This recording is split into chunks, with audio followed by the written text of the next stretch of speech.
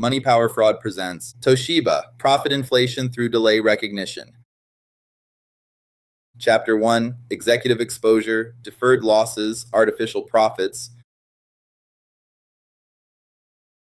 Over $1.2 billion in profits were overstated, not through growth, through delayed recognition of losses. The system appeared stable. It was not. Earnings targets were consistently met, but underlying performance was deteriorating. Losses were not removed, and they were shifted forward across multiple divisions over multiple years. This created artificial profitability and suppressed visible risk. The balance sheet reflected strength.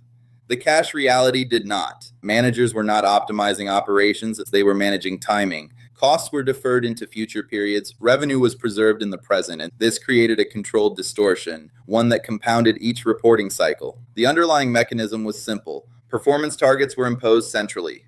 Failure was not tolerated, so financial outcomes were engineered, not achieved. Expenses were delayed where possible. Impairments were postponed. Loss recognition became optional within accounting discretion boundaries. This created a rolling deferral system, each quarter absorbing prior concealment until accumulation exceeded capacity. What followed was not a sudden collapse, it was a delayed correction, and by the time it surfaced, the exposure was already systemic.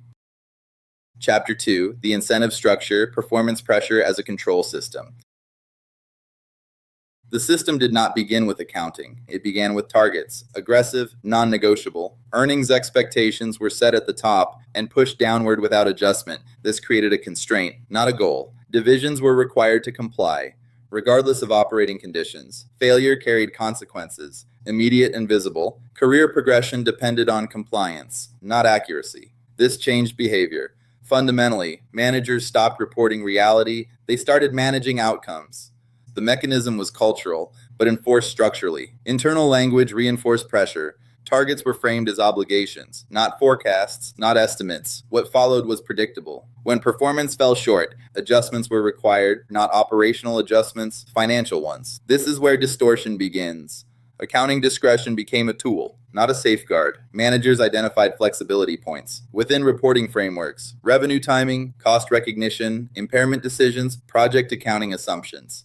Each offered optionality. Under pressure, optionality becomes leverage. This created alignment across divisions, not through coordination, through shared constraint. Every unit faced the same demand: meet targets, so each unit adapted independently. The outcome was systemic, not isolated. This is the critical insight. The fraud was not instructed, it was induced by incentive design, not explicit directive. And once this system formed, correction became impossible because acknowledging loss meant acknowledging failure, and failure was not permitted. Chapter 3, Accounting Mechanism, Delay Recognition as a Profit Engine. The underlying mechanism was timing, not fabrication. Losses existed. They were not recorded, at least not immediately. This is where accounting discretion was used and extended beyond its intended function. Costs were identified in the current period, but recognition was deferred, pushed forward into future quarters.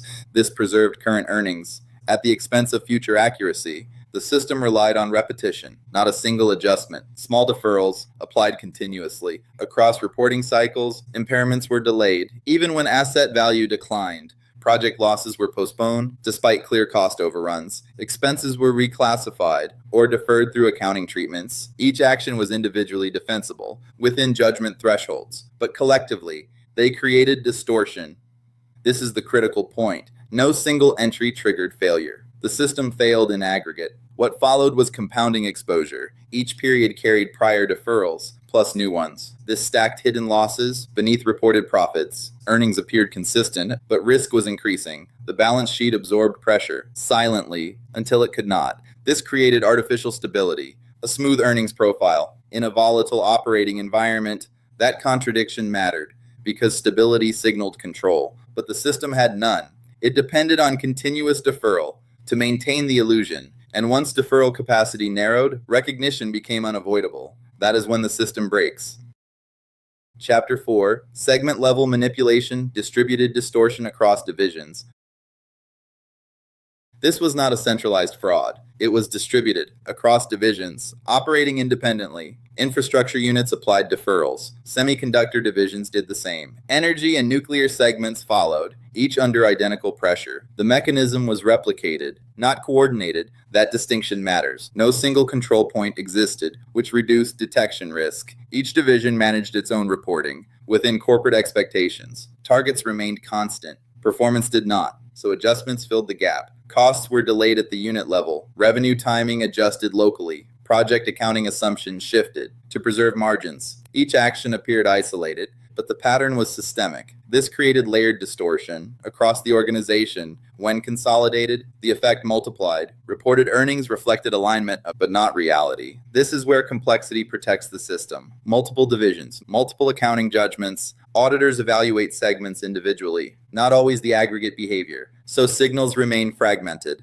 and risk remains obscured. This allowed distortion to persist across reporting cycles without triggering immediate concern. The organization appeared diversified, but the risk was uniform. Every unit depended on deferral to meet expectations. This created a shared vulnerability. Once one division failed, pressure increased on others to compensate or conceal.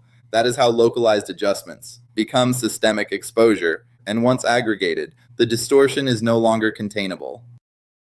Chapter 5. Hidden Fragility, Accumulating Losses Beneath the Surface. The system appeared stable because losses were delayed, not eliminated. Each reporting period absorbed prior deferrals and added new ones. This created accumulation, not resolution. Losses moved forward. They did not disappear. The balance sheet carried the burden. Quietly, assets remained overstated, liabilities understated, earnings smoothed, volatility suppressed. This created a false signal. Stability suggested control, but control did not exist. The system depended on timing, not performance. That dependency was the flaw. Each quarter required new deferrals to offset prior ones. This increased structural pressure over time. The margin for adjustment narrowed.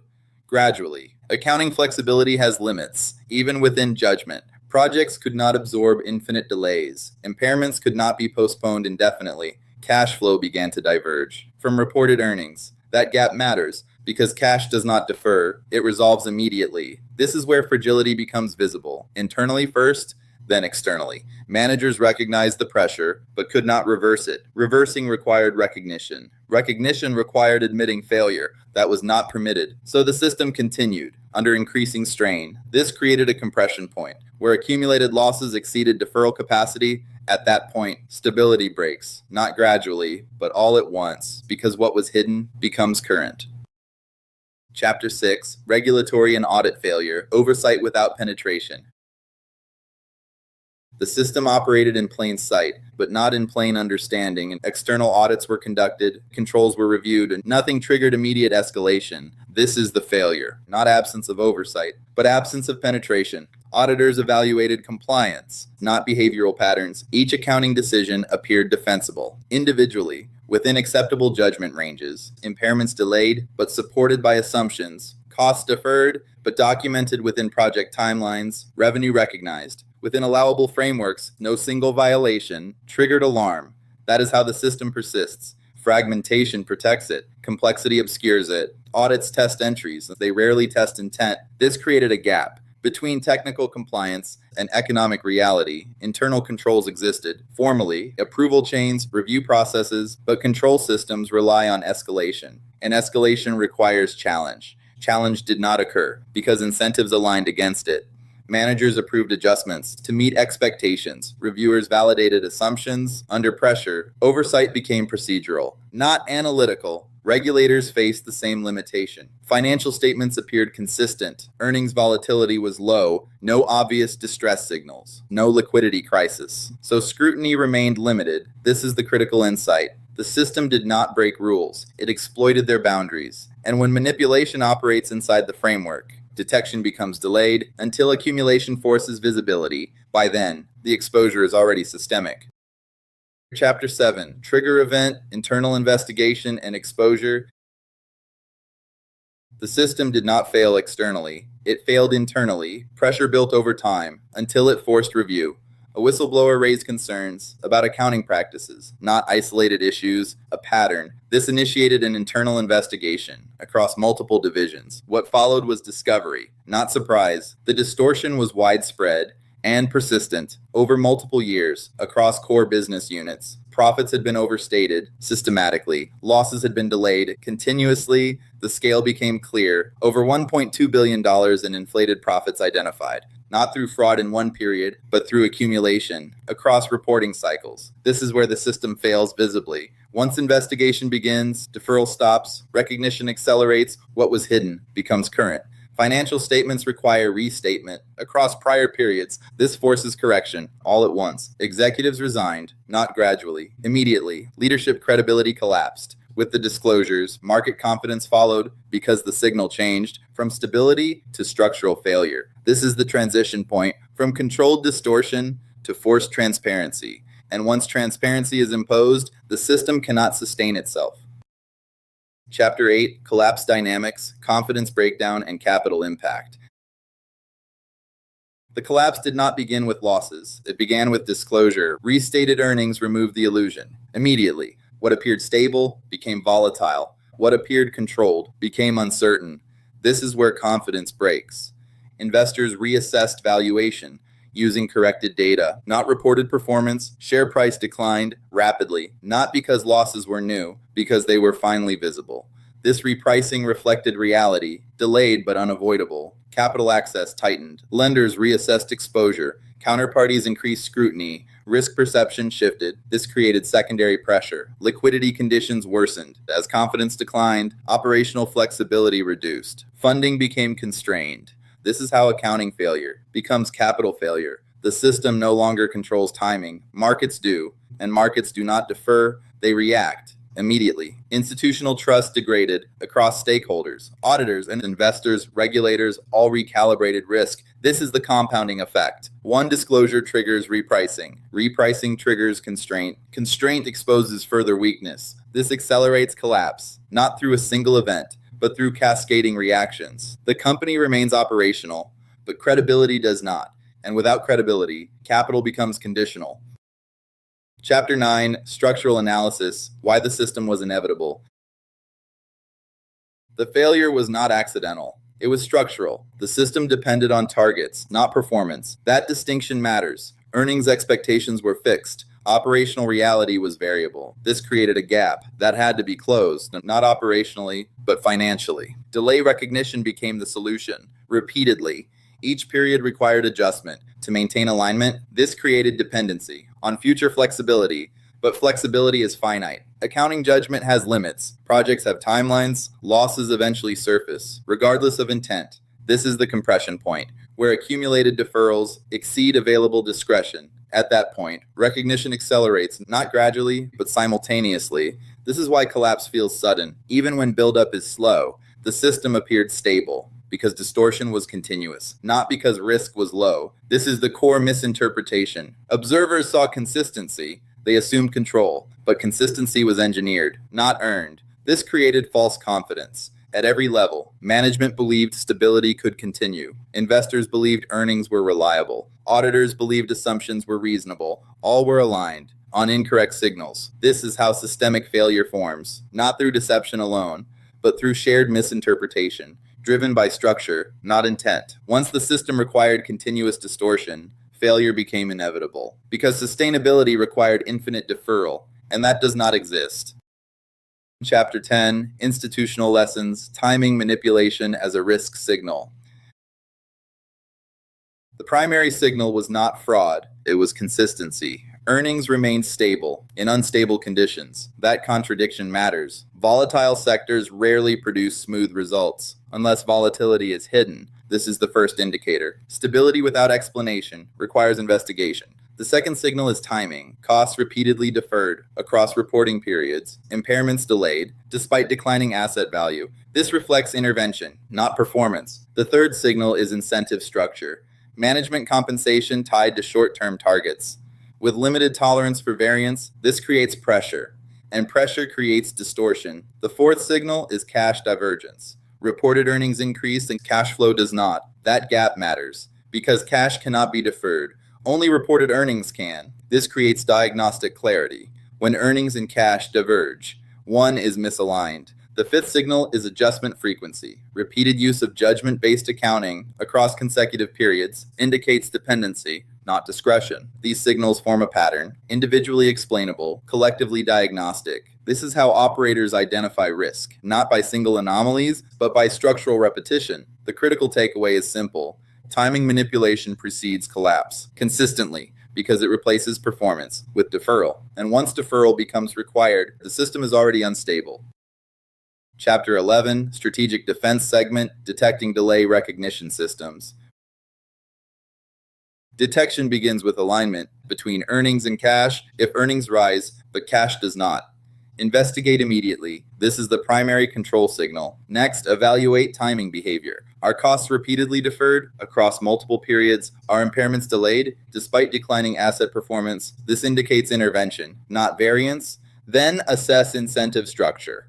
Are targets fixed regardless of operating conditions? Is compensation tied to short-term metrics with limited tolerance for deviation? This creates pressure, and pressure drives manipulation. Now analyze reporting consistency. Is earnings volatility unusually low in a volatile sector? That stability is a signal, not a strength. It suggests smoothing through timing adjustments. Next, examine accounting discretion usage. Frequent reliance on judgment-based estimates across consecutive reporting cycles indicates dependency, not isolated decisions. Then evaluate accumulation risk. Are deferred costs increasing period over period? Is future exposure growing without visible recognition? This creates compression, where future periods absorb prior distortions. Now apply stress testing. Force immediate recognition of deferred losses, recalculate earnings. Under full transparency, this reveals true exposure. If profitability collapses, the system is unstable. Finally, monitor narrative alignment. Do management explanations match financial behavior, or do they justify timing differences without resolving them? Misalignment is a signal. The objective is not detection after collapse. It is identification before exposure, because once recognition begins, correction is no longer controlled. Chapter 12, Closing, the Illusion of Stability. Toshiba did not collapse overnight. It unraveled over time, not through a single decision, but through repeated deferral. Profit was not fabricated. It was shifted forward continuously. This created stability, but only on the surface. Beneath it, losses accumulated quietly, systematically. Each reporting cycle reinforced the illusion until the system could no longer sustain it. This is the defining pattern. When performance is replaced by timing, failure is already in motion. It may not be visible, but it is inevitable, because time cannot be deferred, only recognition can. And eventually, recognition catches up. What appeared controlled becomes exposed, what appeared stable becomes volatile. Not suddenly, but all at once. This is the lesson. Financial statements do not just reflect reality, they reflect timing decisions. And when timing is manipulated, reality is delayed, not avoided. For operators, this distinction is critical. Stability must be explained, not assumed. Consistency must be validated, not trusted, because the system does not fail when losses occur. It fails when they are finally recognized.